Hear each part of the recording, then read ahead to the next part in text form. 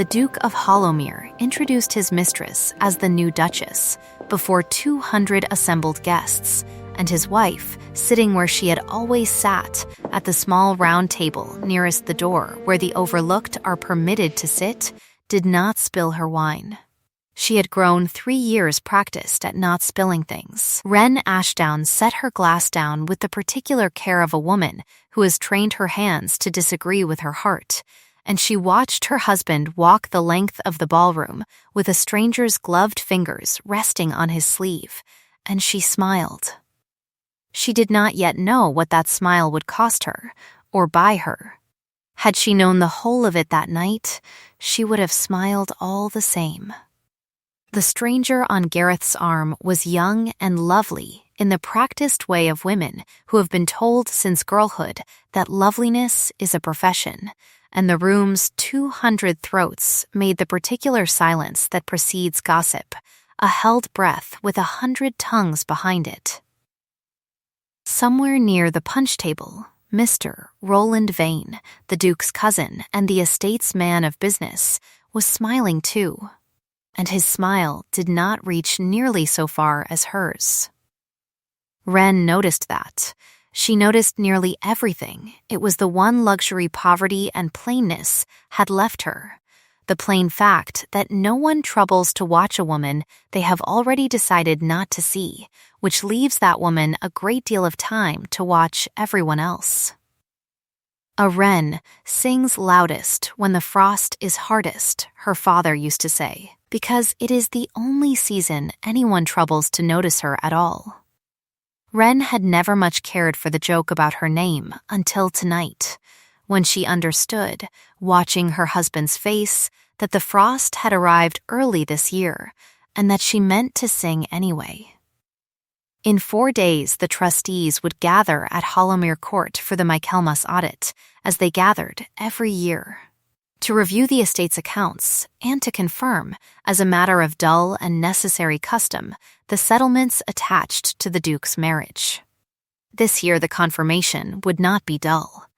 This year it would decide whether Wren Ashdown remained a duchess at all, or became merely a woman who had once, briefly and by some clerk's error, been mistaken for one. Gareth reached the center of the floor with his stranger still on his arm, and he lifted his voice, and it did not shake.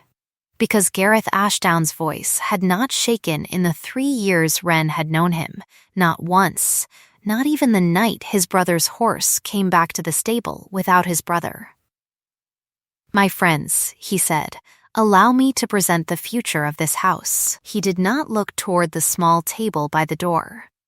Wren understood, even then, even before she understood anything else, that the not looking was its own kind of message, addressed to her alone, in a language only the overlooked are fluent in.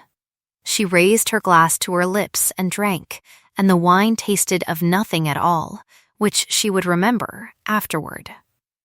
As the strangest part of the whole terrible evening, that betrayal, when it finally came for her, tasted of nothing. She did not go to him that night.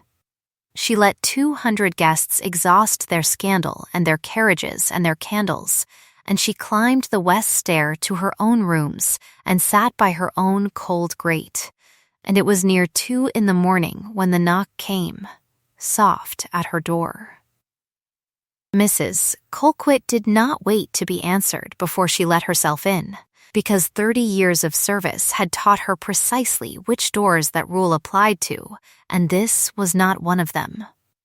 "You'll want a fire," the housekeeper said, already crouched at the grate with the practical brutality of a woman who does not believe grief excuses cold hands. "And you'll want to hear it from him, and not from me, though God knows I have opinions. I imagine you do. I imagine you'd rather hear his reasons than my opinions. I would rather," Wren said, "hear both, and in that order." Mrs. Colquitt struck the flint and did not look round. "He is a man who has never in his life explained himself to anyone, Your Grace, including, I would wager, himself. That is not fondness talking. That is 30 years of watching him. It sounded a great deal like fondness. it is both.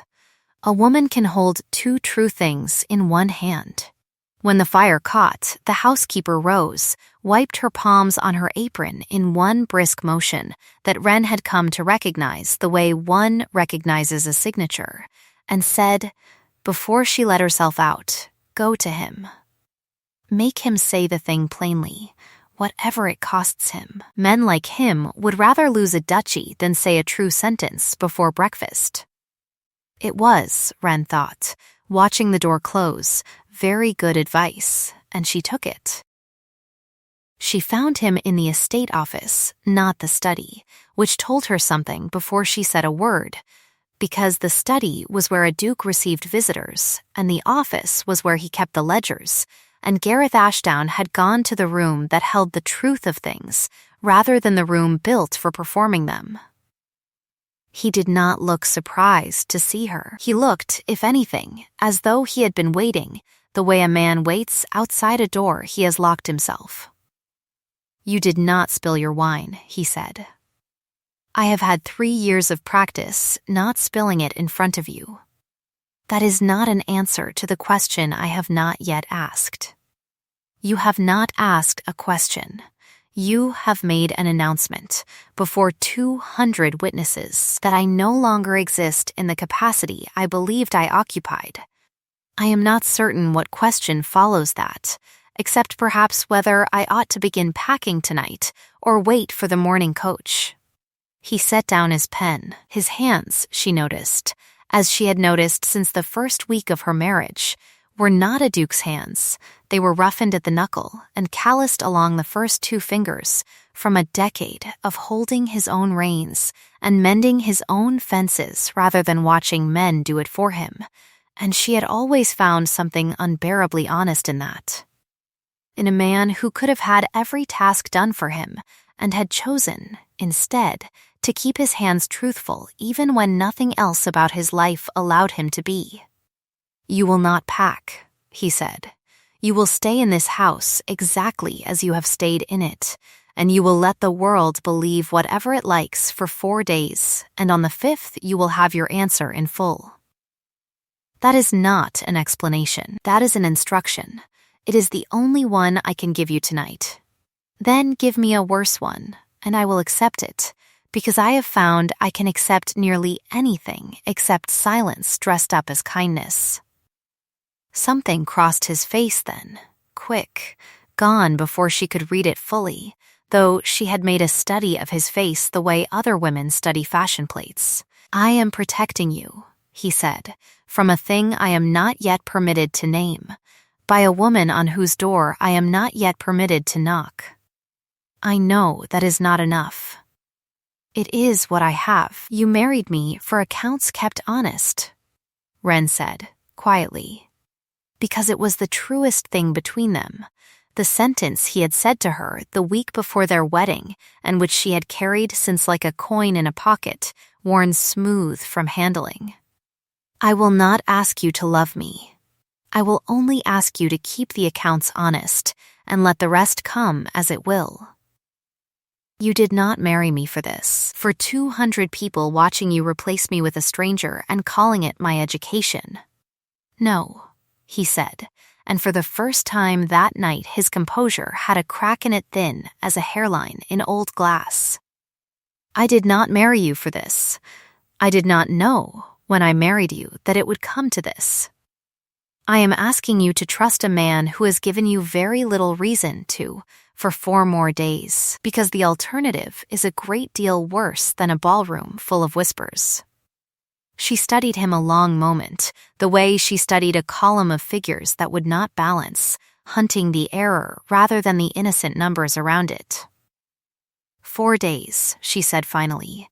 "I will give you 4 days, Gareth, because you have never once lied to me outright, only declined to speak, which I have decided, tonight, to consider a virtue rather than call it a fault.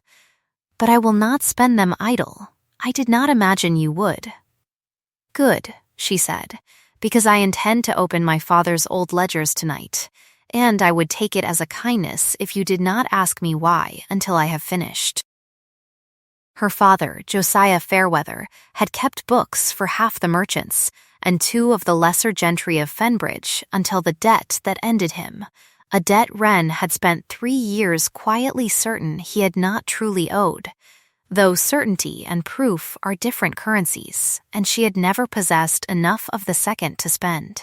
He had died the year before her marriage, in the small brick house behind the Chandlers, with his ledgers stacked beside his bed like a man keeping his own accounts against a final reckoning, and it was that debt, and its sudden and inexplicable transfer to the Ashdown Estate's books, that had first brought Gareth's father to the Fairweather door with an offer that was never called a bargain. Aloud, though everyone in the room had understood it as one. Marry the daughter, clear the debt, keep the scandal quiet. Gareth had been 23 and freshly the Duke, his own father dead a month, his brother dead the year before that, and he had made the offer himself, in the end, with a plainness Wren had never forgotten. Ink does not lie, even when men do, her father used to tell her, hunched over his columns by lamplight, and she had grown up believing it the way other children grow up believing in Sunday sermons, without proof, purely on the strength of love for the man saying it. 3 years married to a duke who kept his own accounts, and rarely his own confidences, had not shaken that belief. If anything, it had sharpened it into something closer to a doctrine, and it was that doctrine she carried up to the box room that night, past midnight, with a candle in one hand and her father's smallest ledger in the other, the one bound in brass cornered calf that she had never quite had reason to open past the first ordinary pages, and would not have reason to open fully for 2 days yet, though she did not know that as she climbed the stair. She only knew that 4 days had been offered her, and that a woman who is never looked at learns, if she is clever, to look at everything else, and that she did not intend to waste a single hour of the 4 days doing anything less. Mr. Roland Vane called upon her the following afternoon, and he called with flowers, which ought to have warned her, since Roland Vane had never in 3 years brought her so much as a compliment, unaccompanied by a request. He was a handsome man in the smooth, poured way of Riverstones, worn featureless by long patience, and his voice when he was at his gentlest was the voice Wren had learned, slowly and at some cost, to fear most in the whole household, because the loudest men in that house had never frightened her at all. "You bear it very well," he said, setting the flowers on the table between them as though laying down a hand of cards. "I have had practice. You have had a husband who does not know how to spare a woman's feelings in public, which is a different education entirely, and a crueler one. I have come to offer you something kinder than his silence. Kindness from you, Mr. Vane, generally arrives with a figure attached." He smiled, and did not deny it. £600 a year, and the dower cottage at Little Marrow, and no one need trouble you with lawyers or trustees or the unpleasantness of a public inquiry into a marriage that was never, if we are honest, more than a transaction to begin with. You take the money. You take the quiet. You spare yourself 4 days from now standing before Sir Aldous Penn and the whole board of trustees while they decide, in front of the county, whether you were ever truly a duchess at all. That is a great deal of certainty for a man who claims no part in the deciding. I claim only sympathy, Your Grace. I have always had a great deal of it for you. He rose to go, and paused at the door, and said, almost as an afterthought, in the mild voice of a man remarking on weather, "Your father kept beautiful books, you know. I saw them once, years ago, when the Fenbridge debt was first assigned to this estate. Such a careful hand. It is a pity a hand so careful should have made so costly an error." He was gone before she could ask him which error he meant, and it was only much later, turning the flowers over in her hands and finding nothing beneath their ribbon but flowers, that Wren understood he had not meant to answer the question. He had meant only to plant it, the way a careful gardener plants a seed he intends to return for in a season of his own choosing. And she filed the sentence away exactly where she filed every unbalanced column she had ever met, in the patient part of her mind that did not forget. The nights that followed took on a shape Wren would afterward think of, without quite meaning to, as the happiest of her marriage, though nothing about them ought by rights to have been happy at all. Gareth kept his own hours over the estate books now, later than any duke needed to, and on the second night she found him there past midnight, with ink on his knuckles and his cravat long since abandoned over the back of a chair.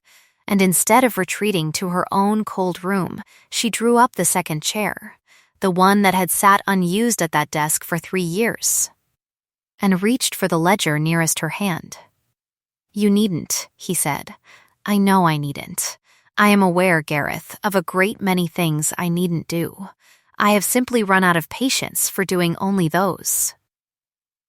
He watched her a moment, and something in his face loosened, the way a man's shoulders loosen when a weight he has carried so long he forgot its shape is finally shared. "The Fenbridge accounts don't balance," he said.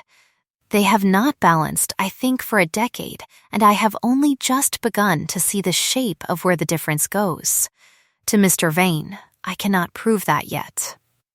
"No," she agreed, drawing a column of her own father's old figures beside his, "but I can help you look. And looking is a thing I am considerably better at than most people credit me for." They worked in near silence for an hour, the kind of silence two competent people share over shared trouble, broken only by the scratch of pens, and once by Wren's dry observation that whoever had falsified the timber accounts for Michaelmas of the year before last had at least the courtesy to falsify them in a straight line, which was more consideration than most forgers showed a woman's eyesight.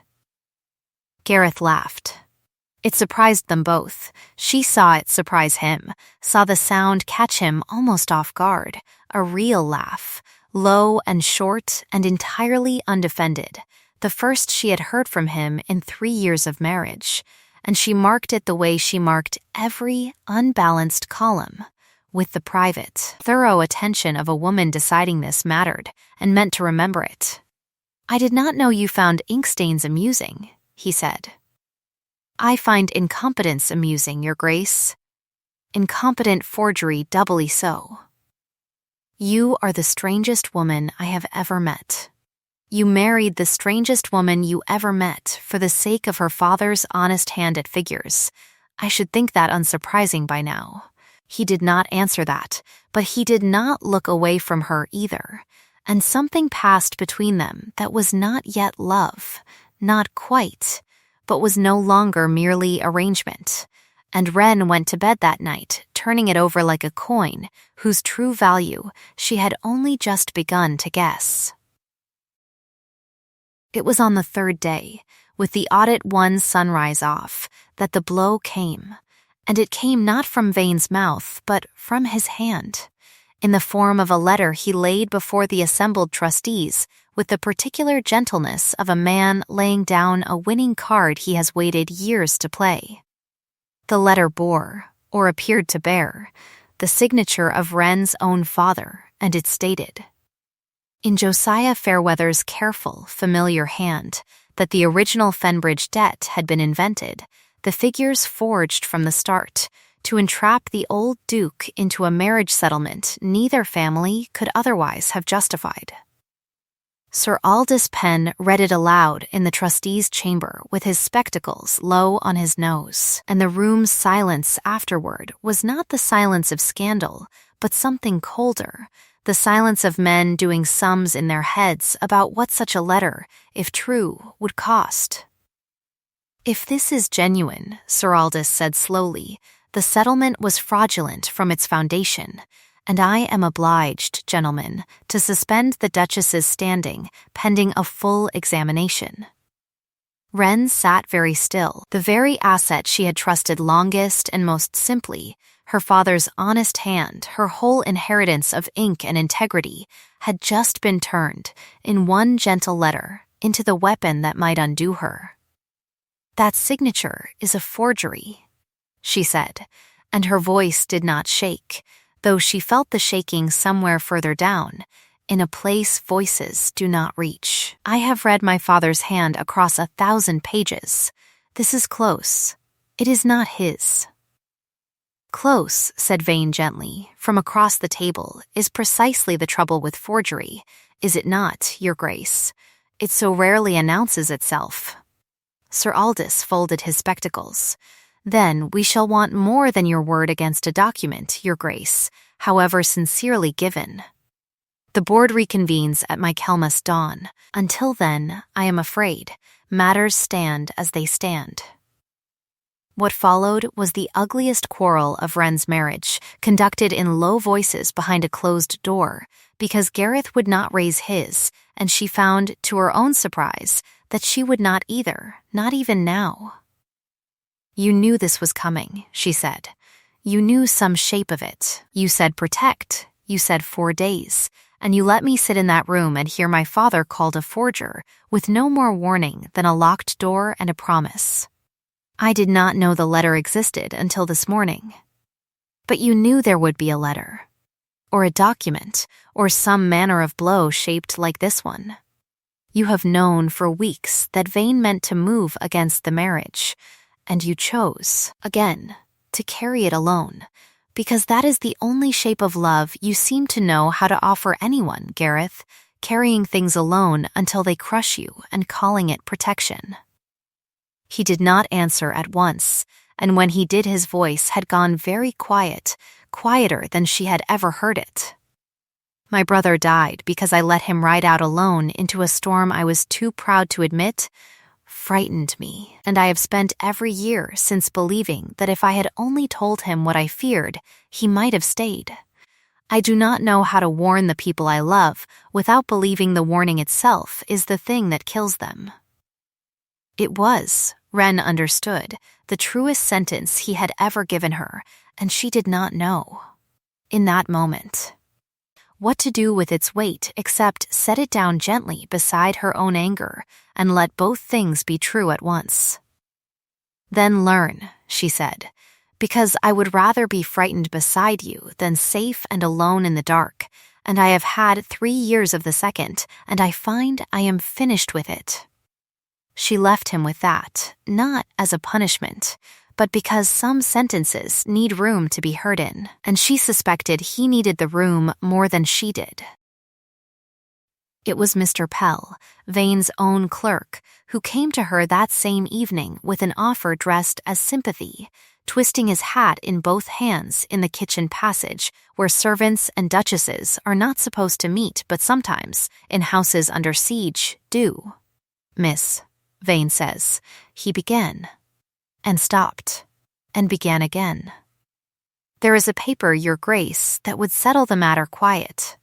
A renunciation, your signature only, and a sum with it, generous, and you'd be spared the dawn tomorrow and whatever the board decides in front of the whole county. And my father's name remains a forger's, forever, in every parish record from here to Fenbridge. It would be quiet, Your Grace, that's worth something. It is worth £600 a year, and my father's grave dishonored in it, Mr. Pell and I find, having weighed both sums with some care, that I cannot afford the second at any price you are able to offer."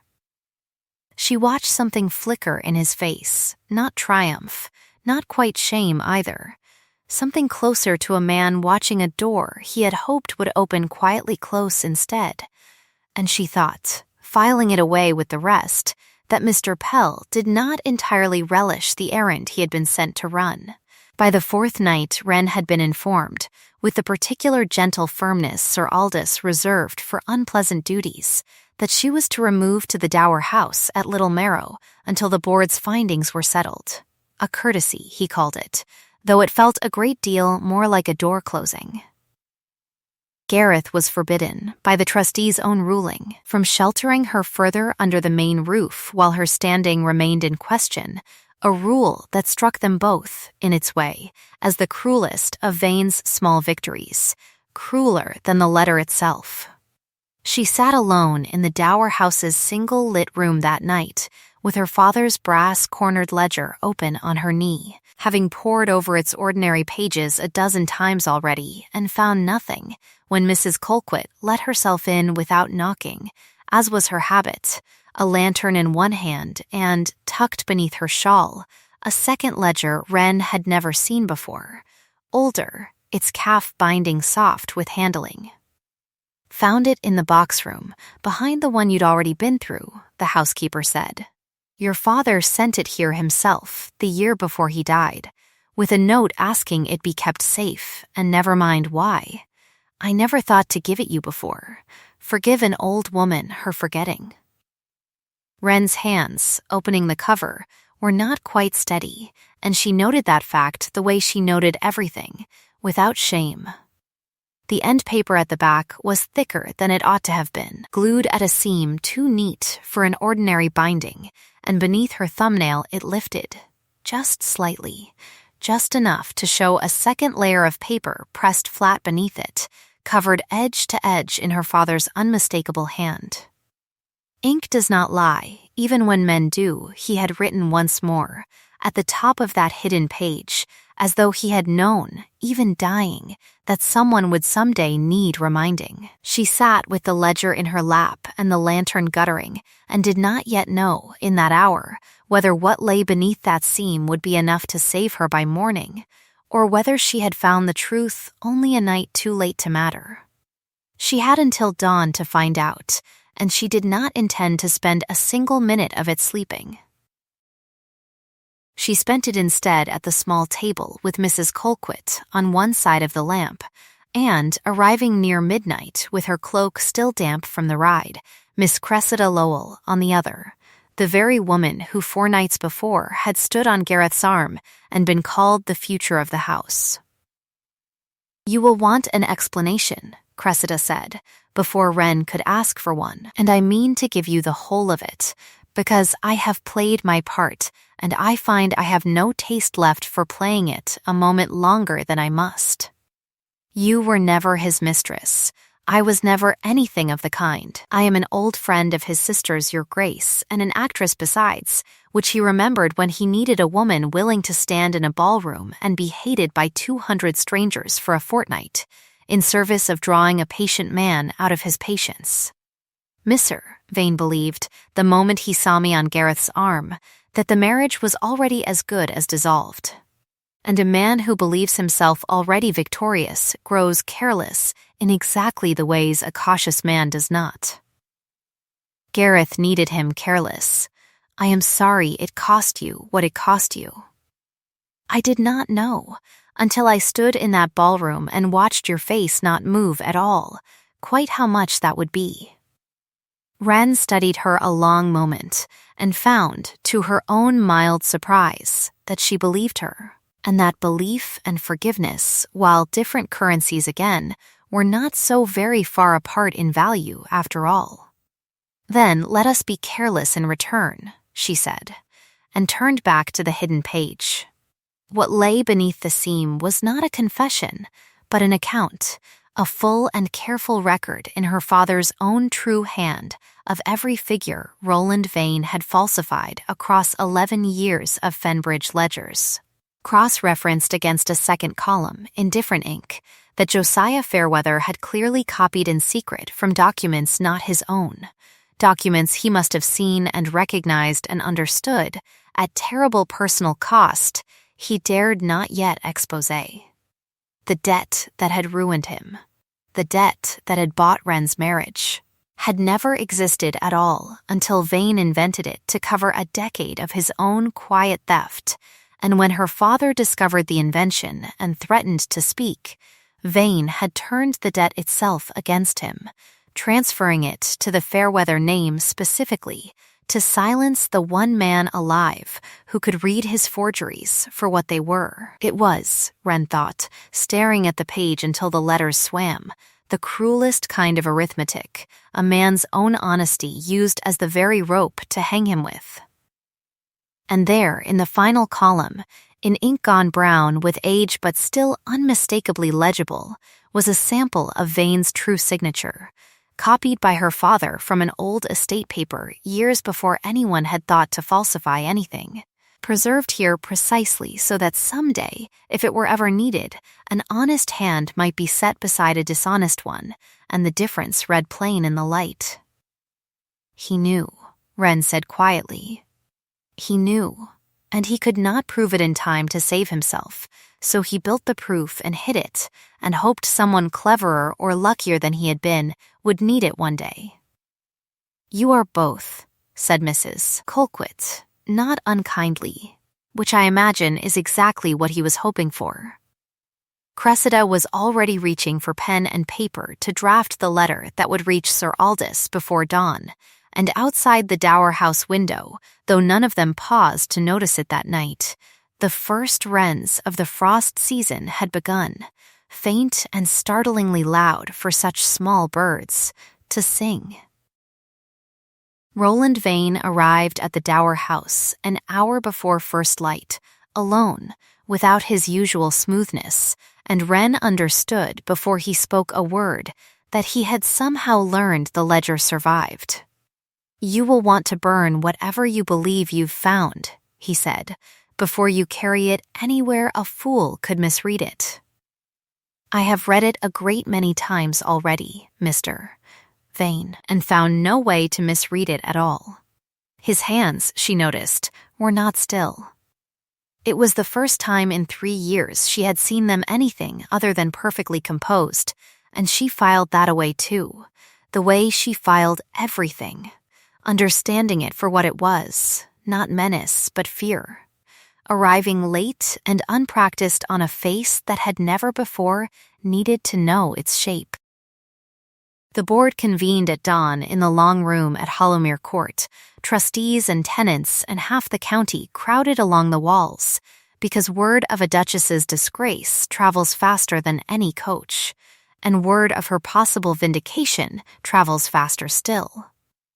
Sir Aldous Penn sat at the head of the table with the disputed letter before him, and Gareth stood, by rule, apart from his wife, though his eyes did not once leave her the whole of the proceeding. "You claim the document accusing your father is a forgery," Sir Aldous said. "I do not claim it," Wren said. "I intend to show it." She laid her father's true ledger on the table, opened to the hidden page, and lifted it to the tall window's light so the whole room could see the second layer of ink beneath the false end paper's seam. "My father copied Mr. Vane's true signature onto this page some 11 years ago, when he first discovered the man had been falsifying the Fenbridge accounts. Here is that true signature. Here, beside it, is the signature on the letter Mr. Vane presented to this board 4 days past, claiming to be my father's hand, confessing a fraud that never occurred. I ask the board to look at both, side by side, in the light, and tell me honestly whether they are written by the same hand at all." The room held its collective breath while Sir Aldous rose, took both papers to the window himself, and held them up together against the gray autumn morning. The difference, once seen, could not be unseen. The false letter's hand strained for a resemblance it did not naturally possess, cramped where the true one flowed. "They are not the same hand," Sir Aldous said, and something in the room's silence changed shape entirely. Wren turned then to Mr. Pell, who stood near the door with his hat in his hands exactly as he had stood in the kitchen passage 4 nights before. "Mr. Pell, you copied that letter, did you not? Not forged it from nothing, but copied it from an older sample of my father's true hand at Mr. Vane's direction." Pell's throat worked once before any sound came out of it. "I did," he said. "God forgive me, I did, and I have not slept a full night since I did it." Vane moved to speak, and it was the first time in 3 years Wren had heard him raise his voice at all, and it did him no good whatsoever, because a man's first raised voice, arriving that late, only proves how long the quiet one had been a performance. "I built this house's accounts for 11 years, while a boy young enough to be my son inherited it by nothing but the accident of blood, he said, and something in his face, for just a moment, was not calculation at all, but old, plain grief. The grief of a man who had spent his whole life keeping someone else's books and calling it justice. Sir Aldous let the silence sit before he spoke again, because some silences do more work than any verdict. The board finds the letter a forgery, the original debt fraudulent from its founding, and the Duchess's standing, and her father's honor fully restored, he said. As to Mr. Vane, he looked, for the first time in the proceeding, toward Gareth. Gareth crossed the room and stood before his cousin, and his voice, when it came, held no triumph in it at all. "You will have an allowance," he said, "and a passage to my aunt's estate in the north, where you will live out your years quietly and never again hold a pen over any ledger belonging to this family. I do this not for your sake. I do it because Fenbridge's tenants have depended on this name for generations, and a public trial would cost them the very stability you claim to have envied me for, and I will not let your fall be paid for out of their pockets. Go, Roland, and be grateful I have chosen mercy over the reckoning you gave my wife's father." Vane did not thank him. He only nodded, once, and something in the nod looked very much like a man setting down a weight he had carried so long it had become indistinguishable from himself. It was Mrs. Colquitt, hours later, who wept first, loudly and without the smallest embarrassment, over a tray of tea no one had asked her to bring, and it was Cressida who laughed at her for it, and then, a moment later, wept too. And it was full evening, the wrens gone quiet in the frost outside, before Gareth found Wren alone in the estate office, where their strangest and truest hours together had always been spent. "I asked you once," he said, "to keep the accounts honest and let the rest come as it will. I did not know, when I said it, what the rest would turn out to be. And now you know. Now I know, and I find I am no longer willing to leave it to chance. I am not asking you to keep anything for me any more, Wren, not accounts, not silence, not patience with a man who does not know how to warn the people he loves without believing the warning will kill them. I am only asking you to stay, because you wish it, and for no other reason at all, since every other reason has already been settled without your love ever once being asked to pay for it." She let the silence hold a moment, the way she had learned to let true things breathe before she answered them. "I have been overlooked all my life," she said. "I have simply never once been unseen.